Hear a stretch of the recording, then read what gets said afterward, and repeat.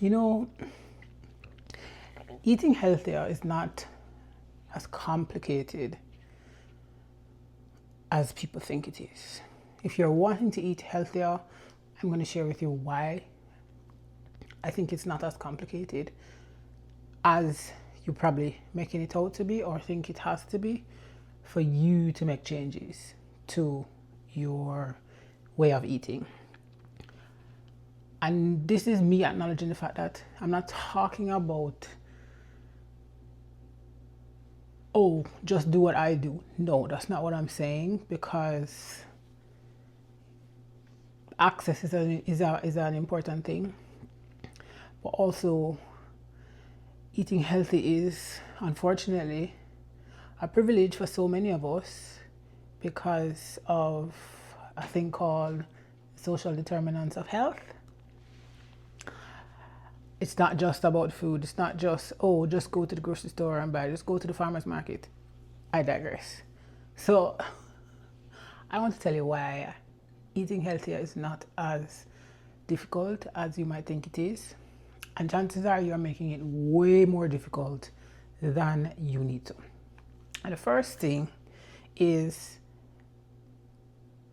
defining what eating healthier means for you.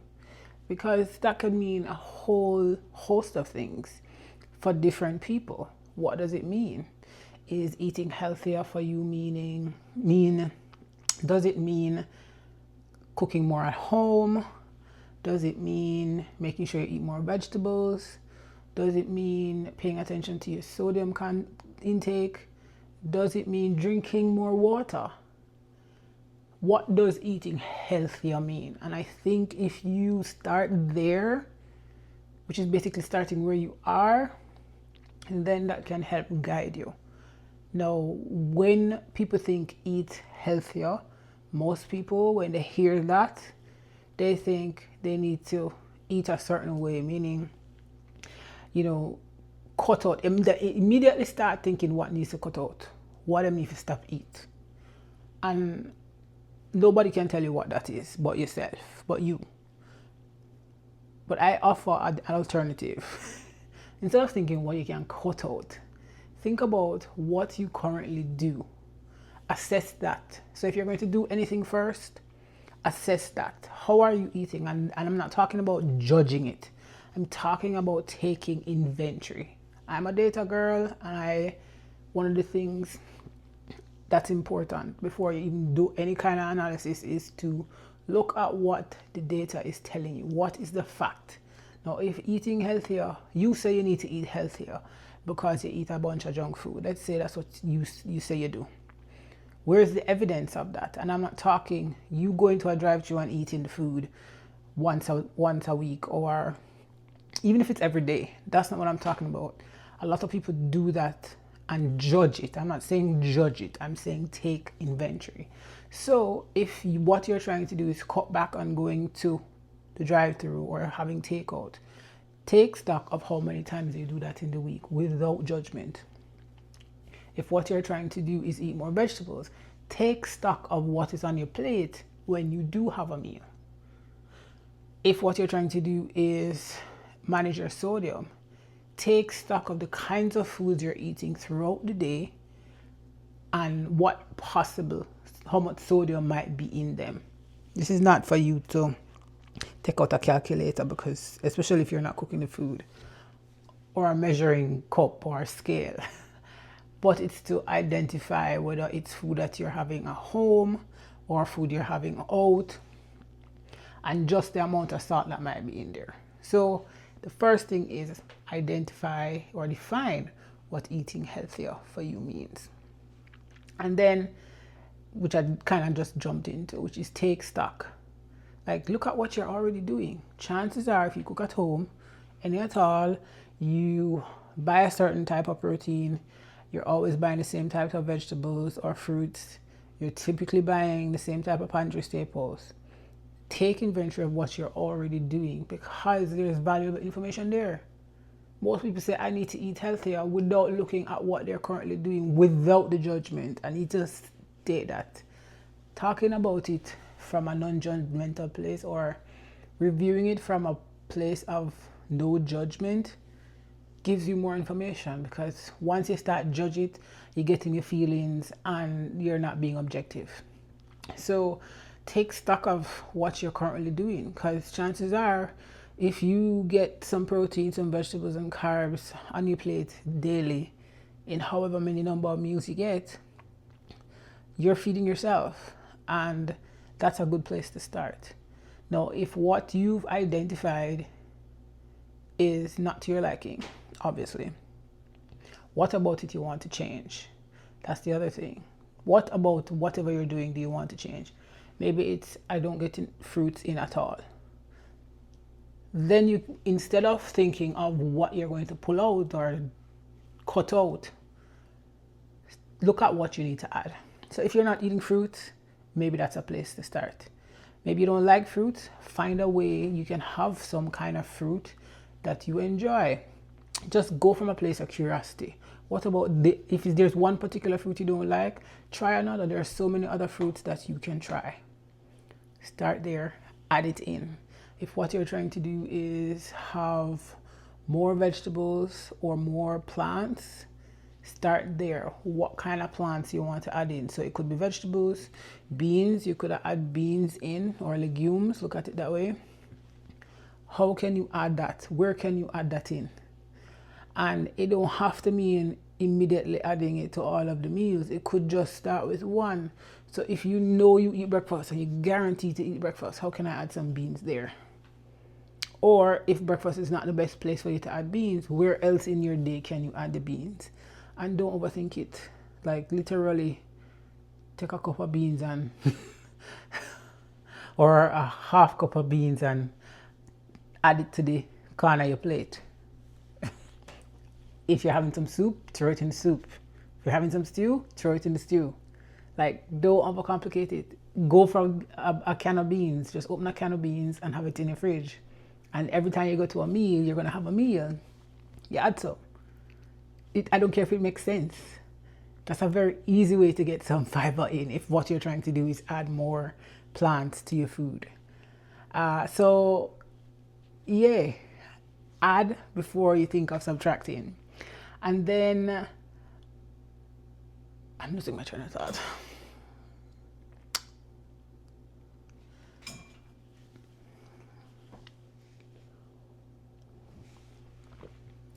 And then here's another thing. A lot of folks, when they try to eat healthier, or they're thinking of doing so, think about healthy foods, right? And so they go to the grocery store, they're always thinking about what healthy foods and what superfood. And listen, that's the quickest way to, one, spend your money unnecessarily, and two, get the least bang for your buck. Why I said that, because when you focus on healthy foods, it makes it harder to fit them in than if you were to try to build meals. So I guess the advice there is think about building your meals rather than focusing on a healthy food. Because the problem with healthy foods, as some of them are marketed, is a lot of them have a lot of additives and fillers, which a lot of people don't want. But also, just because somebody slap healthy on it or superfood on it makes it that much better than if you were to have some normal thing that you normally have. So none of these veggies are superfoods. Have them in moderation, have them in a variety of them, and they're all powerhouses. They all provide nutrients and vitamins and minerals that your body needs. So don't be tricked into thinking that a particular food, because it's deemed healthy or it was labeled superfood, then there's some magic in there. There is not. There really isn't. So think of how can you build your meals to fit a healthier profile than focusing on any one healthy food. Go back to the previous point where I said, if you're trying to change something about the way you currently eat, think of what you can add. So the healthy foods that you want to add, adding the fruits, adding the vegetables, adding the nuts and seeds, adding the grains, adding the legumes that's the beans. Add those in, because those are far more beneficial, I think, than worrying about a labeled healthy food. And speaking of labels, I think this is probably the final thing, is that when folks start to transition to eating healthier or think about eating healthier, one of the challenges is reading the labels that are on products in the grocery store. And a lot of folks get overwhelmed by all these things that are on the labels and what they need to watch for. Carbs is one of them. That carbs and fats tend to, I don't know, people go nuts trying to micro or overanalyze every single label. And to that I say, instead of overanalyzing every single label or every single item, look for the useful information that's useful to you or pertains to the thing that you're trying to change. So for example, if what you are trying to control a little more of is, say, your sodium, then maybe that's the thing you need to focus on the label. If what you're trying to, be mindful of is things like saturated fat, then that's the thing you want to look at on the label in terms of how much of it is in a serving of whatever that food is, and how does that fit with your goal of having less saturated fat. Because not all fats are bad, right? Some fat is good. Our body uses it in certain ways. So saturated fat is a common one that's not particularly, is not the healthy fat. But we do have it in a lot of our meats especially, and foods that are packed, some foods that are packaged will have saturated fat. So if that's something that you're concerned about, check that specific information. If you're trying to, or you're mindful of added sugars, then look at that under the total carb label. They have dietary fiber. Some labels will split that into soluble and insoluble. And then added sugars or total added sugars. Pay attention to that. Because quite frankly, you spend all your time over analyzing the label and you will not eat food. Or you will be miserable trying to fit a particular way of eating into your life that doesn't actually work for your life. And what I mean by that is you are trying to avoid anything with a label or that has certain values in there. And so instead, let's use something like,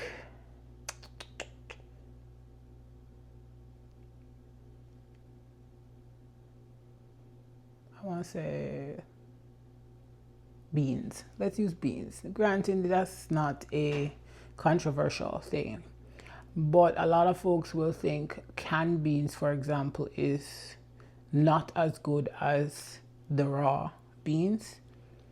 Not everybody wants to cook raw beans. Yes, there are so many benefits to utilizing it, but to cooking it yourself.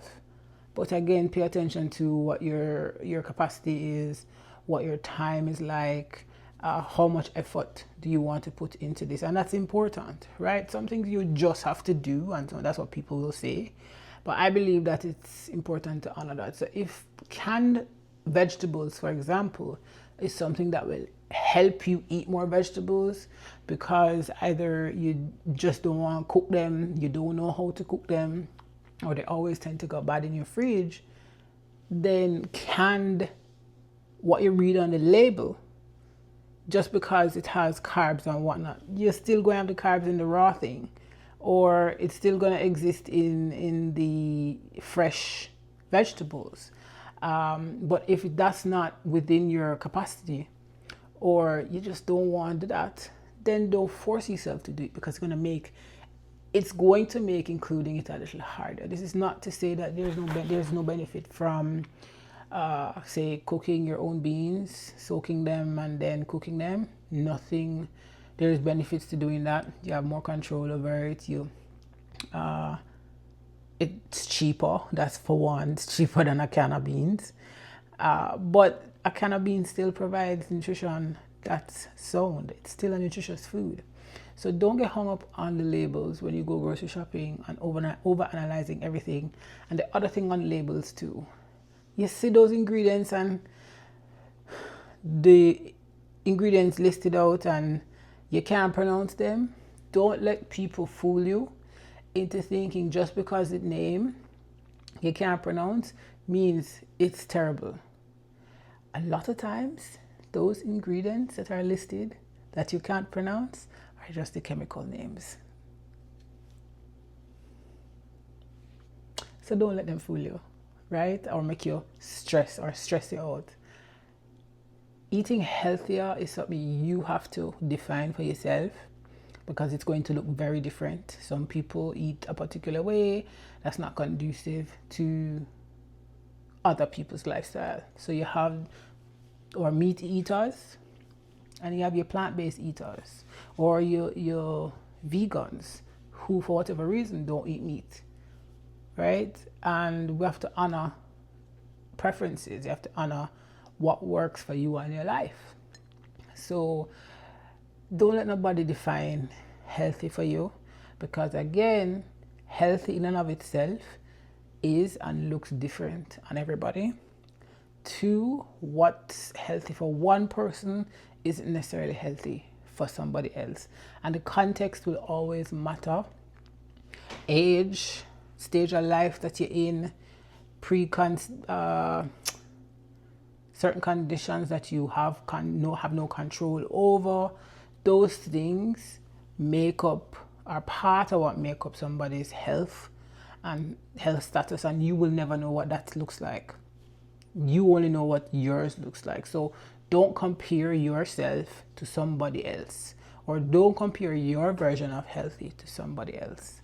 And that's all I have to say, because we don't have time to we should not be misinformed or be led astray in 2026. It is 2026. Information is at your disposal, and as much as there's a lot of information out there, one, but two, discernment is important. It's important that you exercise discernment, right? There are a lot of grifters out there. You do not need all these supplements in order to eat healthy. That can be a grift, because the same people pushing supplements are the same people who do not acknowledge the social determinants of health. The same people who talk about avoiding processed foods are the same people pushing their protein bars and whatever health supplements. So it makes sense for you to be armed with information. One, it's not enough to be armed with information. It's also important to be discerning. But like I said, define healthy for yourself and let that guide you. Try not to be too rigid. Try not to be judgmental. That's the other thing. And know that it takes time to find your groove, but it's not impossible. It's also important to give yourself grace, because life will life. And there's no perfect way of doing this thing called healthy eating. They're imperfectly doable will always be perfectly not done. So the consistency that you're looking for is gonna come in the moments when you're tired. It's gonna come in the moments when you are stressed. It's gonna come in those moments when you're like, I'm not doing this right. But it doesn't matter if you do a small amount or a large amount, it's still going to count. So if you don't get all of the things on the plate for a balanced meal, if you get 3 out of the 4 or 5 in my case, protein, carbs / fiber, veggies, healthy fats, and something to make it taste good, if you get protein and some carbs out of that one meal, and you get all, and you get 4 another meal, and you get all of it on another meal, that still counts. Eating healthy is not linear. It's not one thing, or it's not done one way, and it's important for you to find your way. So if you found this helpful, do not forget to subscribe, share this channel, share this episode, this video, but also go ahead and sign up to the weekly dose. You can find the link in the description below, and I'll see you back here tomorrow.